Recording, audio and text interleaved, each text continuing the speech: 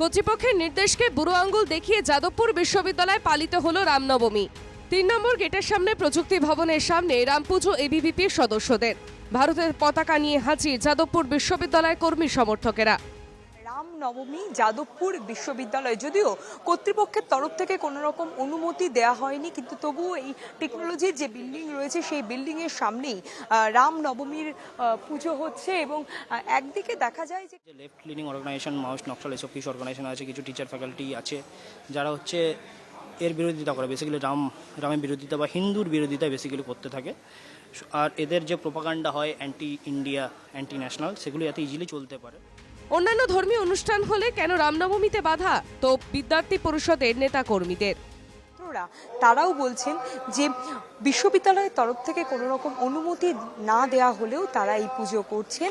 কারণ কিছুদিন আগেও আমরা দেখেছি বা এখনো পর্যন্ত যাদবপুর বিশ্ববিদ্যালয়ের যদি দেওয়ালে দেখা যায় সেখানে বিভিন্ন ধরনের কথা, সেখানে কাশ্মীরি স্লোগান থেকে আজাদি স্লোগান, নানা কিন্তু অন্যান্য অর্গানাইজেশনের যে কোনো কিছু করলে তাদের কখনো শোনা যায় না যে তাদের বাধা দেওয়া হয়েছে বা তাদের পারমিশন দেওয়া হয়নি।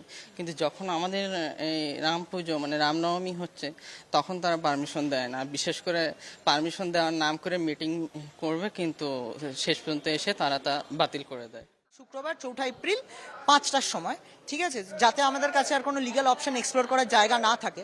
তো আমরা ইউনিভার্সিটিকে একটা ইন্টিমেশন দিয়ে রেখেছি, তার রিসিপ্ট কপিও আমাদের কাছে আছে যে আমরা করছি, আমরা পিসফুলি করাবো এবং কোনো ঝামেলা হলে ইউনিভার্সিটি যেন দেখে, সেটা যেন এসকেলেট না করে। যাদবপুর বিশ্ববিদ্যালয়ের প্রযুক্তি ভবনের দেওয়ালে ফ্রি প্যালেস্টাইন ও আজাদ কাশ্মীর লেখা নিয়ে বিতর্ক হয়। রামপুজোর পর সেখানে ভারতের পতাকা টানিয়ে দেয় এবিভিপির সদস্যরা।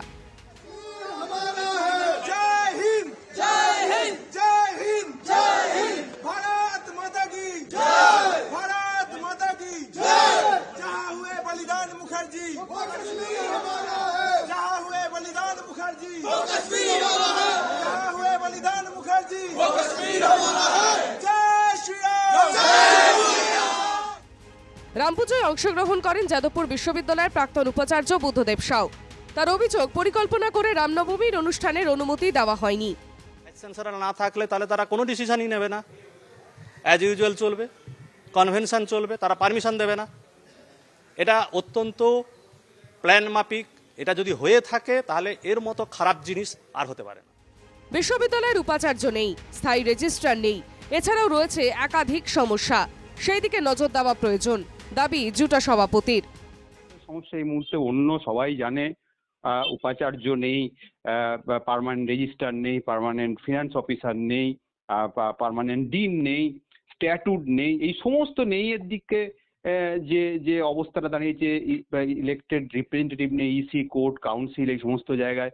সুতরাং এই সমস্তটাই দেখা যাচ্ছে যে আসলে যে যে জায়গাটায় ফোকাস করার দরকার সেই জায়গাটা থেকে সরে গিয়ে অন্য 5টা বিষয়ে ফোকাস করার চেষ্টা হচ্ছে। পর্যন্ত দেখা যাচ্ছে যে শান্তি শৃঙ্খলা বজায় রেখে তাদের তরফ থেকে বারবার যেটা বলা হচ্ছে যে এবিভিপি যারা ছাত্ররা রয়েছেন যে সমস্ত কিছু শান্তি শৃঙ্খলা বজায় রেখেই পুজো করছেন। ফলে যদি ইফতার বা অন্যান্য অনুষ্ঠান যদি করা যায়, কেন রাম পুজো করা যাবে না, যেখানে সরস্বতীও পুজো করা যায়। ক্যামেরায় নবীনের সঙ্গে বিউ সরকারের রিপোর্ট, এনকেটিভি বাংলা।